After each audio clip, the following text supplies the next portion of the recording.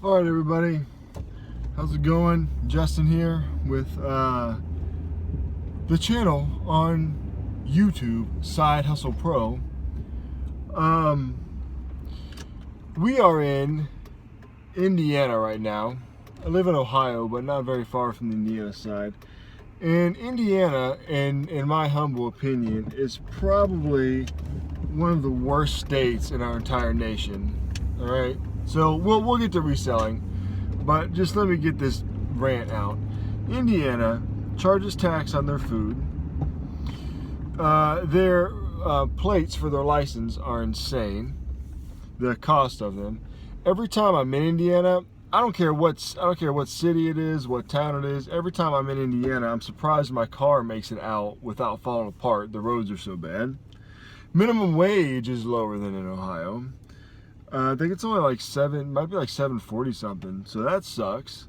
I don't advocate using drugs, but if you smoke marijuana, which is legal in more and more states, if you get busted with in Indiana, guess what, hombre?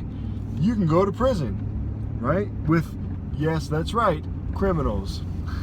So, I don't know. Anyway, there's my rant.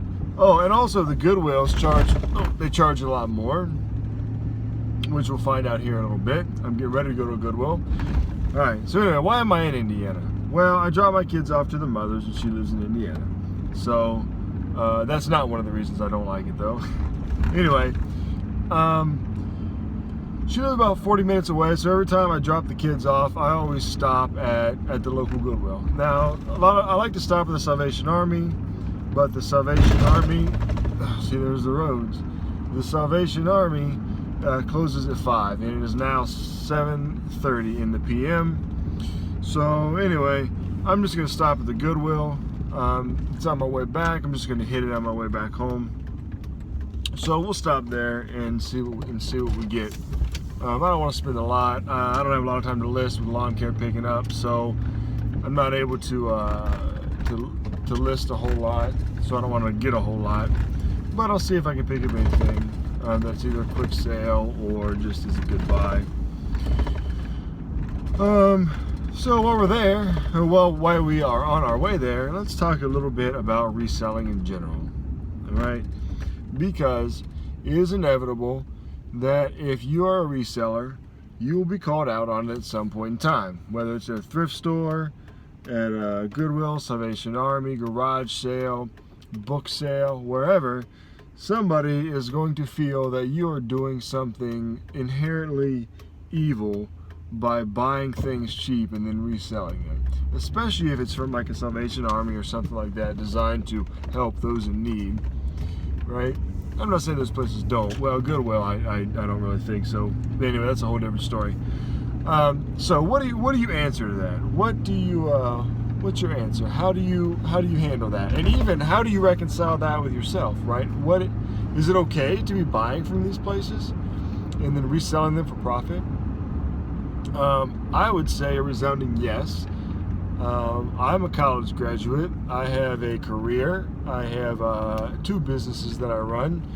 That they don't make me rich, but they're successful. I would say not successful in terms of tons of money, but successful in terms of they help me pay my bills, and I'm not losing money. So why is it that people feel that it's unjust? Well, I think sometimes people feel that way because they think they were taking from those in need, right? Well, here's the deal with that. I'm in need, right? I got student loans, I got a mortgage, I got kids, I got bills, and so all I'm doing is buy low and selling high. I mean, that's just the name of the game. And in places where you source these items at, it's not like you're taking everything out. It's not like there's a pile of free clothes and then you take the entire pile and then go figure it out later. Which, by the way, don't be that guy that takes the entire free box just so you want to make a few bucks. Don't be that dude. All right. Anyway, okay. I think I'm rambling here, so I'll just get to the point. I'll just give you my stitch here, my reasoning. I buy things that people donate to resell and make money for myself and for my family. All right. So first defense, if you know anything about where clothes are made or how clothes are made outside of the United States of America, then you know that they are not, their profit margins are not small. Okay. There's a book. It's called Where Am I Wearing? It's by a guy named Kelsey Timmerman. You can look it up. You can go to Amazon, type in Where Am I Wearing? It's by a guy named Kelsey, and it's either Timmer or Timmerman. I should have looked it up, but this is sort of impromptu. Anyway, he actually graduated from the high school that I teach at before I was there, but rural Ohio. And he goes around to these different factories that make our clothes and sees how the people are living. And surprise, surprise, they are working for barely anything. And I'll tell you what, the people that are making some of these brands and some of these clothes, they're certainly not able to afford the clothes that they are making, or even more than one pair of shoes for years at a time. So they're getting paid nothing. You know, they're not getting paid well, okay? And so then they come over here into the United States, and somebody pays, say, $125 for a new shirt. $80 to $125 for a new shirt. Say it's a polo shirt. If you buy a Polo Ralph Lauren shirt, brand new, just standard polo, you're going to spend upwards of $75, unless you get on sale or something like that. Even discounted at TJ Maxx and stuff, it's like $50, right? But MSRP, say, you know, anywhere between $70, $85 and up. Okay, and it probably cost them. I'm not going to say an exact number because I don't know, but it didn't cost them a lot to get that shirt made. So it's made cheap, with cheap labor. Not that the quality of the shirt is cheap, but it's made via cheap labor, bought by somebody that's willing to spend $85 on a shirt. And then guess what? We, in Western civilization, decide that I don't like this shirt anymore. Well, I got too fat for it. Or I don't like the color, or it's got this little stain, and so I'm gonna donate it and get a new shirt. So then that shirt gets donated, all right? And so then what happens? Then I find it, and then I resell it for a fraction of the price. And it's good for everybody. In a moralistic sense, for me, we're getting a full use out of the item. You know what I mean? Like, these people are working for pennies on the dollar to make these shirts for people to buy for 1,000 times the cost of what they made it for, and then they just give it away. You know, we're not even getting the full use of the item. We're not even getting the full use out of this product of these people's labor, right? So, most of my clothes that I wear are from the thrift store, right? And I feel like that's okay because it's helping me save money, and it's somewhat, in my maybe twisted mind, honoring these people who are dedicating, you know, not dedicating, but grinding their lives out making these clothes. Okay, so we're getting a full use of the item because, trust me, we do not have a resource problem in the world. We have a sharing problem, right? I teach at a public high school. You know how much food is thrown away every single day because the kids don't prefer it, but they have to take it?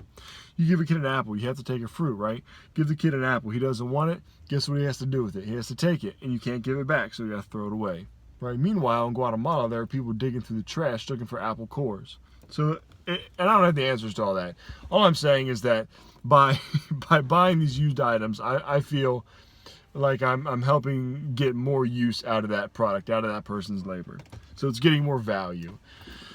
All right, second of all, the people that are buying it are getting a good deal, all right? So you get a $230 Robert Graham shirt, brand new, okay? I buy it for $8, and I resell it to you for $70. Well, you're saving $150, and, you know, I'm making $60, $55, right? So that's good for everybody. And it's the same with books. One time, I was at a book sale, and me and this other guy were scanning, and this lady, she freaks out, right? She goes to the Friends of the Library people who are running the sale and demands that security be called because what I'm doing isn't right. I mean, she's up in my face about this, about how people need free books. How dare you take all the good ones? They always think we're getting the good books, right? Well, don't worry, lady. Your Daniel Steele is still there, okay? Anyway, she freaks out, and she's making a scene. Actually requests security, right? Like the Friends of the Library have their own security system. So anyway, and so my defense to that is, well, to her, I just sort of brushed her off and I apologized. I said, if there's anything that you would like in this box, go ahead and let me know. And of course she didn't. She was just on principle or whatever. And here's the deal. Buying books at the library sales, they want to get rid of their books. That's why they have these sales. They want to generate money for their library, the Friends of the Library, and they want to get rid of old stock, right? So that's why they do it. So resellers, 9 times out of 10, we are helping them because we're going to buy more than anybody else, right? We're clearing their inventory and helping them make money, which is what they want to do. On the same hand, the people that are buying the book are getting it probably at a discount, at a greater discount than they would at a brick and mortar store buying it online. So they may get a $90 book and they may get it for $60. Okay? So, or it could be a hard to find book. So they're getting it via the internet. So we're sourcing it, helping the people we're buying it from, helping the people that are buying it from us, and ultimately helping us because we're making the money off of it. So it's a help all the way around. And that's how I see it. Now, I have people that I'm friends with, coworkers, that they disagree. And the reason they disagree is because sometimes, let's face it, resellers can be douchebags. I mean, flat out jerk faces, right? I mean, you ever in a book sale and the guy with the scanner is pushing all the old ladies out of the way? Don't be that guy, man. Don't be that guy. Be nice, be respectful. Don't dig through the books and leave them in a big old pile because you're worried about getting that one big item that everybody else is after or whatever. Take it easy, do your work, get in there, get the stuff done, but pick up after yourself. Leave it looking nice, have it to where you're there and the people putting on the sale, they're okay with you coming in. They respect what you're doing and they like the fact that you respect what they're doing. Right? Help them set up some books in order or something. It's the same in thrift shops. If you're going through the racks and shirts are falling off and you're just leaving them fall on the floor, don't do that, man. Pick them up, put them back, and be courteous. So, anyway, I'm here at the Goodwill. I'm gonna go in here and see what we get, and I'll keep you posted. All right, I made it back. It is now about 8:40, so it took me about an hour in there. I know it's kind of tough to see. I'm like in the dark, so let's just see if we can work this here. I spent $31. Got a few shirts, a pair of shoes, some books, and a globe. All right, so check this out. If you're looking for shoes are something I try to venture into. Shirts and blazers are really my thing because they're quick to go through, quick to process. Quick to check for imperfections. Pants I do sometimes, and shoes. So anyway, as far as clothing goes, if you're ever looking for shoes, check out this brand. You can see that pretty decent. SAS Tripad Comfort. All right. And once you spot a pair of these, you're going to be able to look and see what they look like. This is just a certain type, right? This is like a loafer. Right, the free times are what really do well. They're like a lace up. SAS stands for San Antonio Shoe Company, right? And these things are pretty expensive new. And I have in here, I don't know if you can see that in there with the lighting. And I have in here the size and then the model number, so you can look it up and find the model number and stuff like that. These are wide, which are really good. And I don't mean to be offensive to anyone, but these are like old lady shoes. I sell a lot of them, so I don't know how many like older women are out there eBaying it up, but evidently they are. All right, check this out. It's a globe. I know that's a horrible picture of it, but that's what it is. It's a toy globe. It's a leapfrog. Okay, I can't really get it like with my dash right here, but nah, we're not gonna be able to see it. Not gonna be able to see it. It's a quantum Anyway, this is what it looks like. It's a big globe, right? And it is a Quantum Leap by Leapfrog. Paid $5 for it. It normally has like a cord right here to plug into, right? But it also takes batteries. So it doesn't turn on right now. So I'm gonna put batteries in it, and maybe we can see it over here. I'm gonna put batteries in it, and yeah, that's still sucky. So note to self: doing all videos in the dark in your truck is a bad idea. Anyway, you won't need to be able to see real well for what I'm going to show you, because I'm going to post that and some other stuff. I'm going to put a screenshot of some of the solds up there, because just the stylus alone sold for 20 at one time, and then it's going for about 40. Okay, so I'm hoping to sell it for 40 shipped, you know, but you pay $5 for it, so that's not bad. All right, next thing, a few books. Okay, these are by Brian Jacques. It is this is Salem and Dostrom, but it is a novel by Redwall. And these books I read when I was a kid. Brian Jacques, Martin the Warrior, Redwall series. And I'll post a screenshot of some sold lots of these. Now these cost me 69 cents each, I think, because they're considered kids novels. So what I do is, and they're easy to pick out too. You can sort of see them, you know, when you're looking. If you know what you're looking for, in with stuff like this, it sort of just pops out at you. So anyway, I pick these up, and I'm not going to sell these individually because they're not worth anything individually. Like if you would scan these with like FBA scan or some sort of scanner app for Amazon, they're penny books, okay? But this is what you have to remember: penny books also charge shipping, so you're paying about $4 for it. So you're not going to make anything off of one. But if somebody wants to buy a bunch of them at one time, they're going to have to spend $4 for each one of those. So if I pick them up for 69 cents or $1, and I have 10 of them and sell them all for $4 each, right? So that's like spending $10 to sell it for 40. Okay, so that's the idea behind these. And then I have a collection of these like at my home, just off to the side somewhere, where I just post them up. When I get enough of them, I'll list them as a lot. So that's one to look out for. And then this is going to be my nerd coming out. I was super excited about this.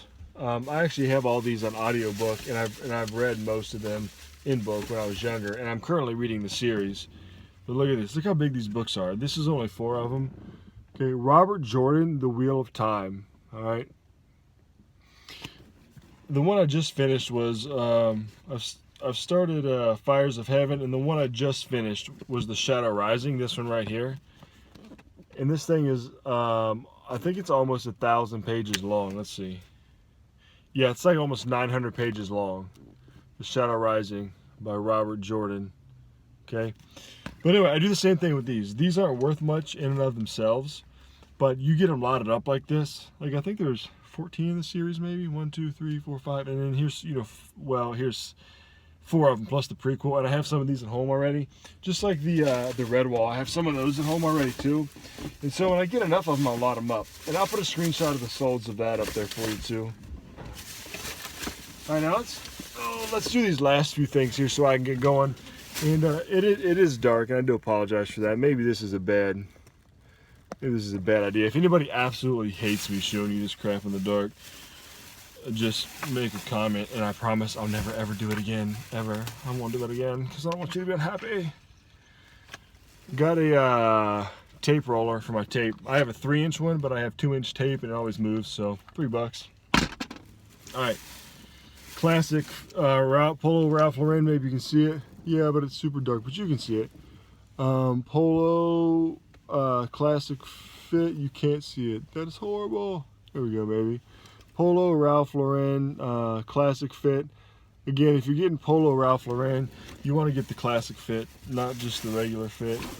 Paid $4.50 for that. Well, it's $4.49. It's probably about $5. I expect to sell that for about $21, $22. Again, paid about $5 for this. Now this is a Tommy Bahama. Okay, you see it.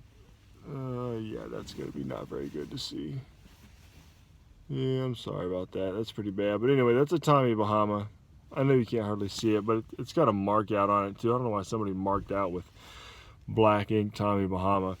But it's a relaxed fit. And you know it's a relax fit because down here at the bottom, look, it says relax. All right. Now, the reason I got this, there's no special pattern to it. So the reason I got it is because it's a 2X.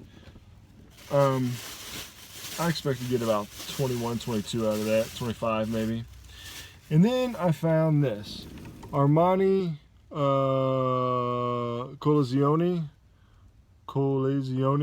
I guess. I see that on a lot of different brands. That has to mean something like an Italian or something, but I don't know. But it's a large. It's just a polo shirt. And some of these, the Armani Colazione stuff, or Colazione, or however you say it, the ties and everything, it's sort of hit and miss. Like with the soles, some of them are like $40, some of them are like 10, and so I'm really not sure what I'm gonna get out of it. But I paid $5 for it. I'm gonna list it for like 30 and see what happens. And again, I'll double check that. You know, when I'm in the store, I don't really spend a lot of time researching in the actual store. If it's only $5, I'll pick it up. So anyway, I spent about an hour, and that's the stuff that I got. So yeah, hey, thanks for watching. Just figured I'd post this while I was out and about, show you guys some of the stuff that I got, some of the stuff to look for, and just share with you some of my ideas on, I guess, the morality, I guess, the philosophy, if you will, of reselling.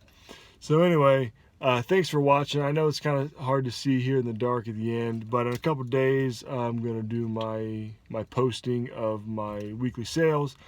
And so subscribe if you're interested in seeing what a real reseller that does this part-time makes on the side hustle. So when I do the sales updates, they are real numbers, unfudged, minus all the fees and everything, what I make. All right, and so hopefully that can encourage you to get out there and do some things as well. You know, get motivated, get listing. So anyway, tomorrow I gotta spread like 3 yards of mulch. I gotta mow for like 4.5 hours, and then Sunday I gotta finish it up. And so I'm getting pretty busy this time of year, on top of all the testing and crap in the public education system we have to administer. So anyway, hey, keep learning and keep earning. You're never gonna quit learning. And the minute you quit learning is the minute you start earning less, right? So keep learning, keep earning. Subscribe, like, leave a comment, and hey, I'll catch you guys later.